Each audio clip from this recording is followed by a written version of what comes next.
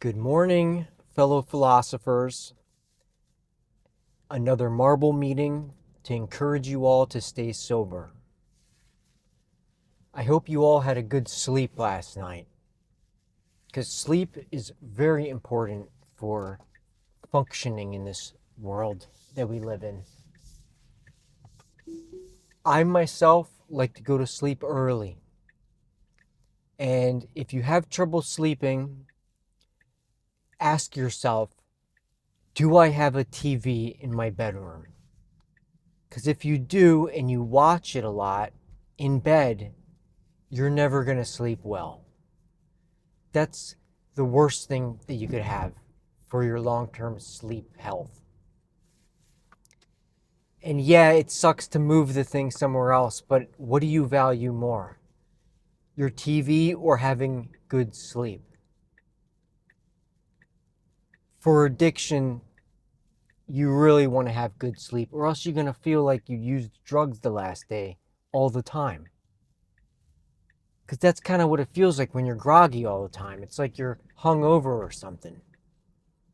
So I definitely recommend getting all screens except your phone to charge out of your bedroom. And don't be on your phone in bed either. That's very similar to having a TV, but having a TV is the worst. It's like, how can you sleep if your brain feels like your bedroom is a movie theater? So try to get good sleep. Also, exercise. You can exhaust yourself to be tired by the end of the day. And that's a healthy way to reestablish your sleep cycle. So I always recommend that to my patients. Those two things are very important, long before any drugs come into the equation, like hydroxyzine or trazodone, and God forbid zolpidem, which causes dependency on it for sleep like nothing else. That's also a drug, Ambien. And once you're on that, if you don't take it at the end of the day, then of course you're going to have insomnia because your body's dependent on it. And that drug is so strong, it's like taking anesthesia or something. It just knocks you out like a propofol, except it's an oral drug. And people abuse it as well. So I almost never prescribe that to patients because it creates such dependency. Yesterday we talked about external things and how we shouldn't be affected in life by the things that are external to our minds, our sphere of choice. That way we have serenity and we have space emotionally to think things through and not get upset, and we're not reaching for cigarettes and drugs. It helps prevent relapse. It's one of the most protective mechanisms we have to prevent relapse. And I was thinking today about how most of the things people value today, they should really not care about. That includes financial security, health. Those things are only important by what you make of them. But our health,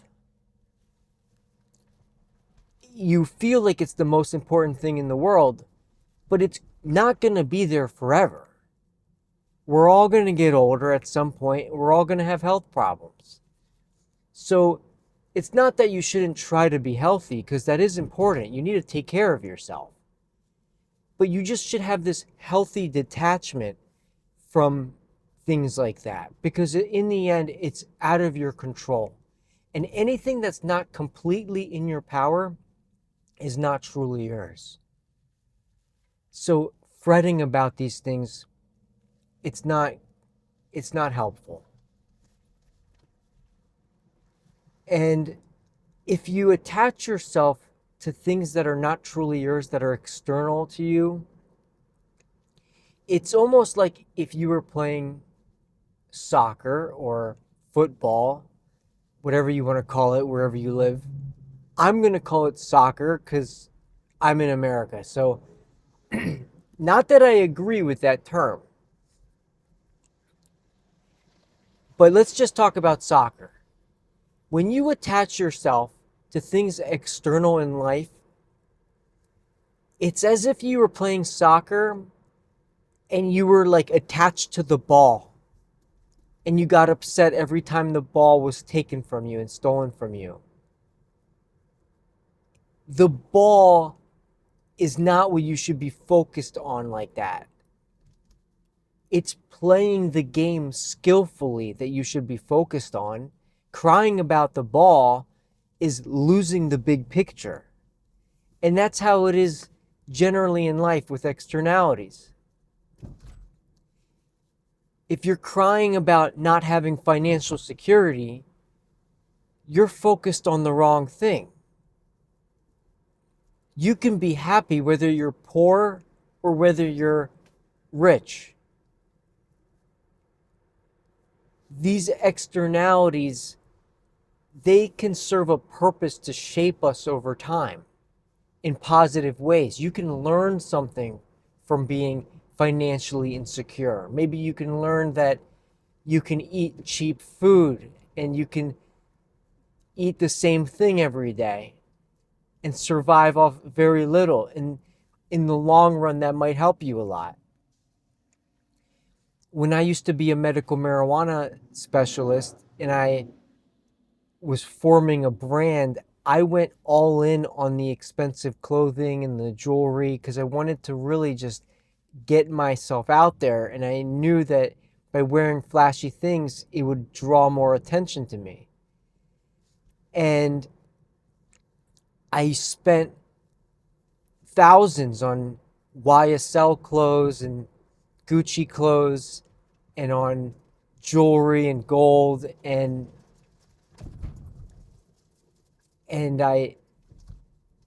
what I realized from all that is how worthless those things are. And now, for the rest of my life, I never want any clothes like that. Why would I buy a t-shirt for $900 when the quality of those clothes is not only no different than, but actually worse quality than the t-shirts you get in Walmart? Because if you get a t-shirt in Walmart, you could probably wear that thing for the rest of your life. And even after you die, somehow that shirt's going to find its way to some aid in Africa and some guy's going to wear it. And you'll see it in the background of a aid commercial for donating to Africa somewhere.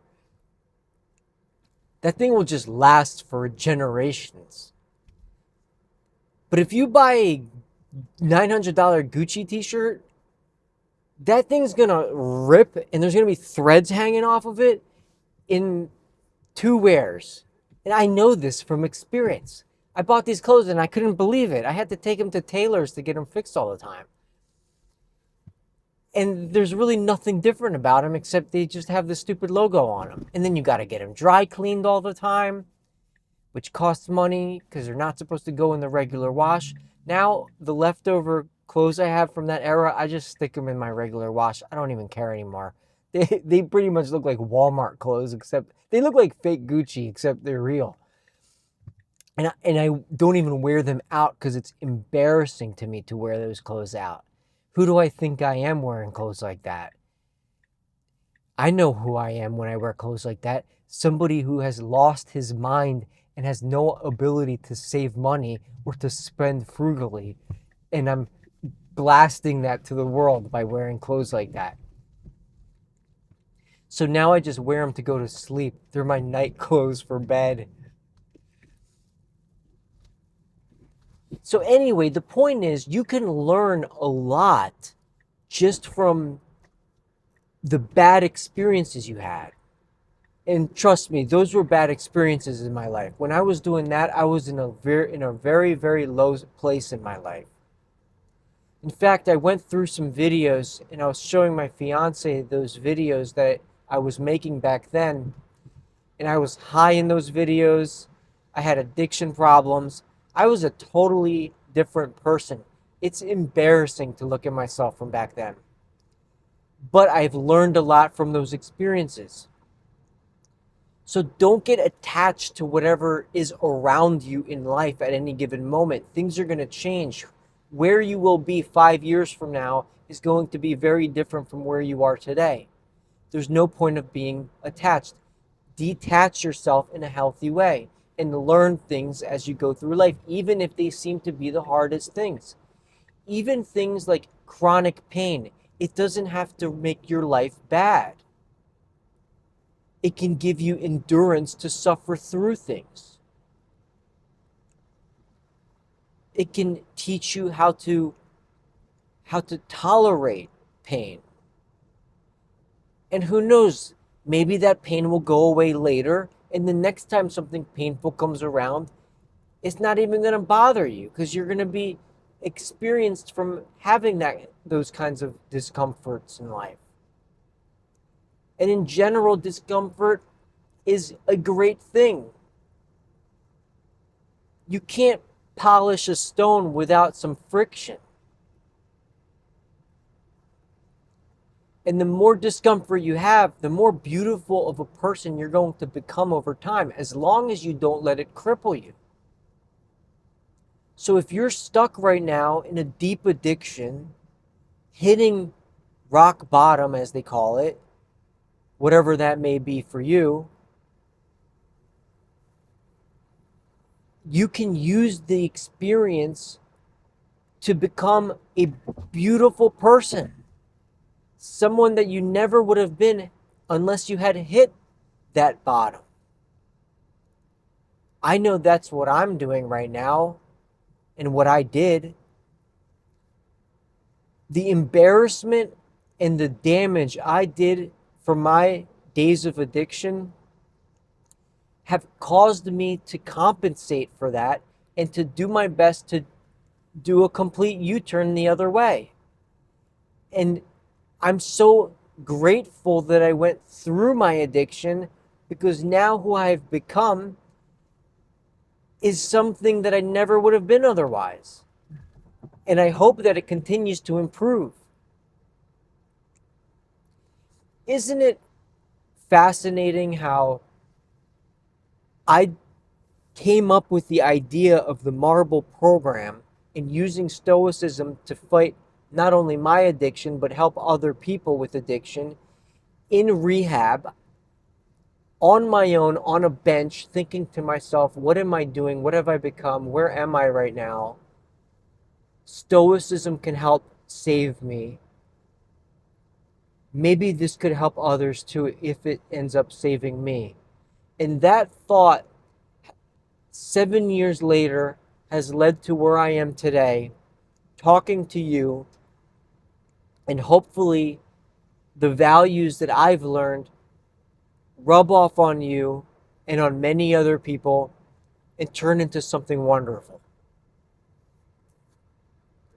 A simple thought, maybe not a simple one, but a thought can change the world. And I'm not saying that I'm going to change the world, but how many times has a thought changed the world? Probably a million times.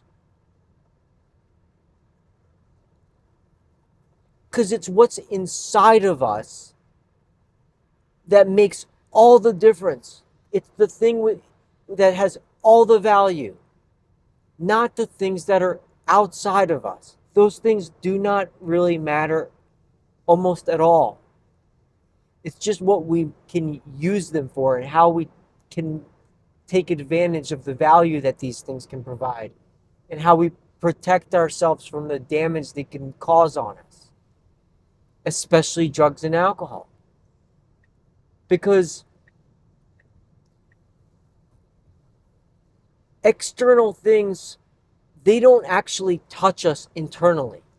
It's just the judgments we have about those things that touch us. If you think that being poor is a bad thing, then when you become poor, that judgment is going to hurt you inside. It's going to make you feel like you're in chaos.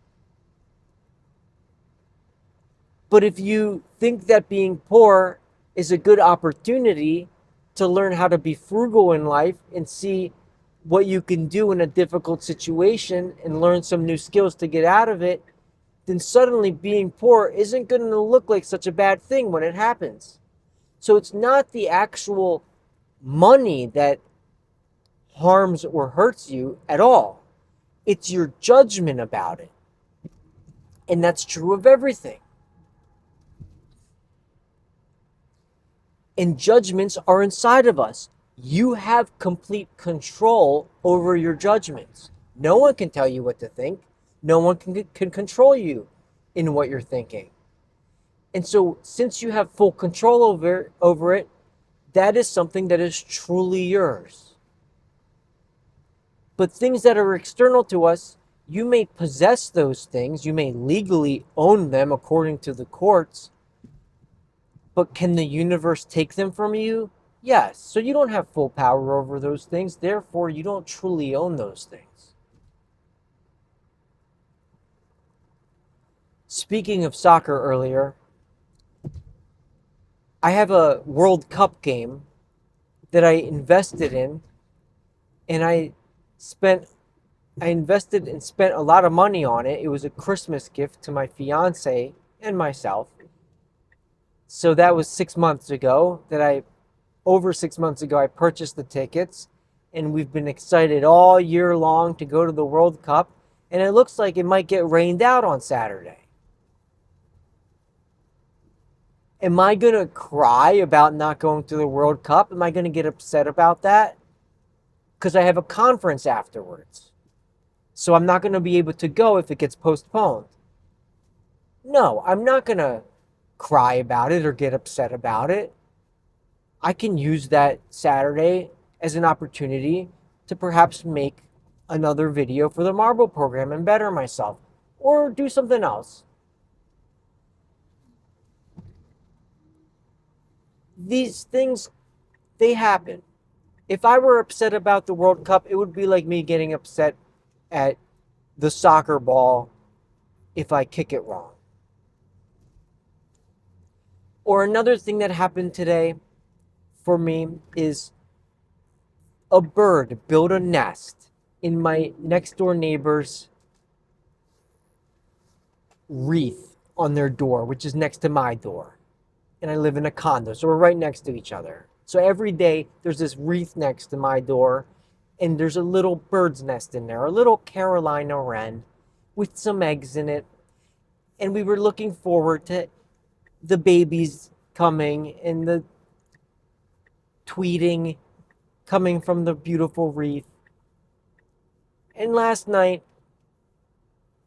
poor little Carolina wren's wreath fell to the ground.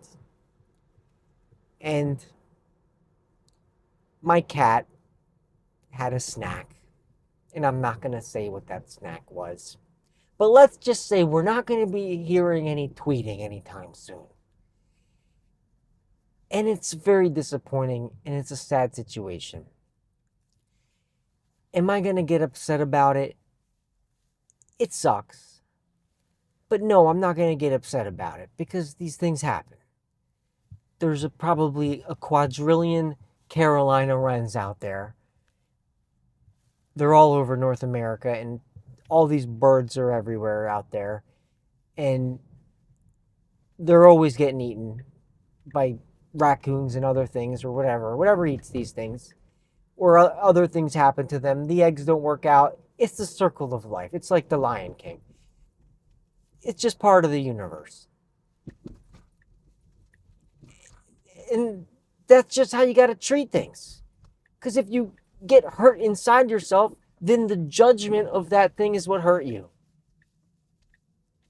And I know it seems cold to say this. And in a way, I feel wrong saying these things.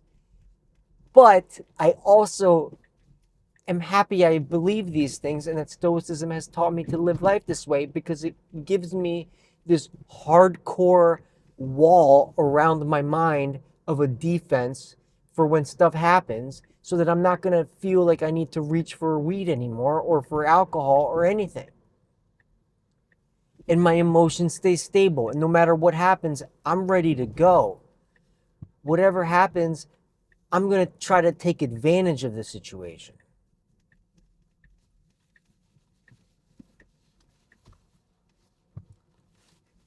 Because that's the best thing you can always do.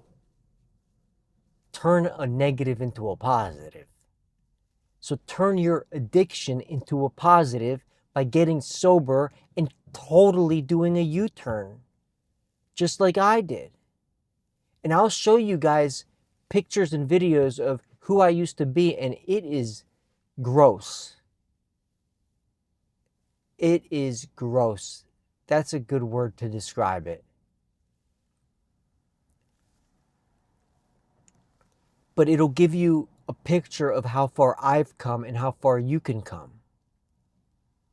And I hope that I go even further, and I hope to take a lot of you along with me in a positive way. Not literally with me, but in your own ways in life to improve yourselves and have the types of successes that I've had. Because after getting sober, I've got my sleep down. I've got my health down. I'm exercising. My diet's focused. I've got a good job. I'm happy where I work. I'm ready for any obstacles that are unexpected and unforeseen coming my way. I'm getting married this year. I plan on building up my family. And hopefully I'll have some little tweeters pretty soon. Brings a smile to my face just thinking about it. But if anything happened to them, I will grieve and cry, but I'm not going to let it let me down. We'll make some more. That's just how you got to look at things. Maybe I'm a little crazy, but I'm only explaining what the Stoic philosophers said. And I love it, because my life is so good after taking in Stoicism that I'm all in on this stuff. Epictetus, Marcus Aurelius, Seneca, those three, they changed me. And I'm going to be the medium for their words to help you achieve these things too.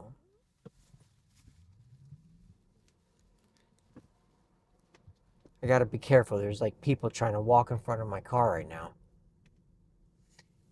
I'm pulling into work. I'm gonna have a great day at work.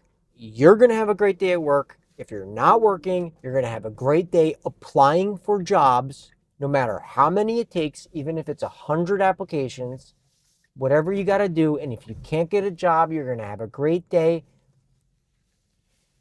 at the soup kitchen volunteering, or at the local community trash pickup, or whatever else you can do to help society.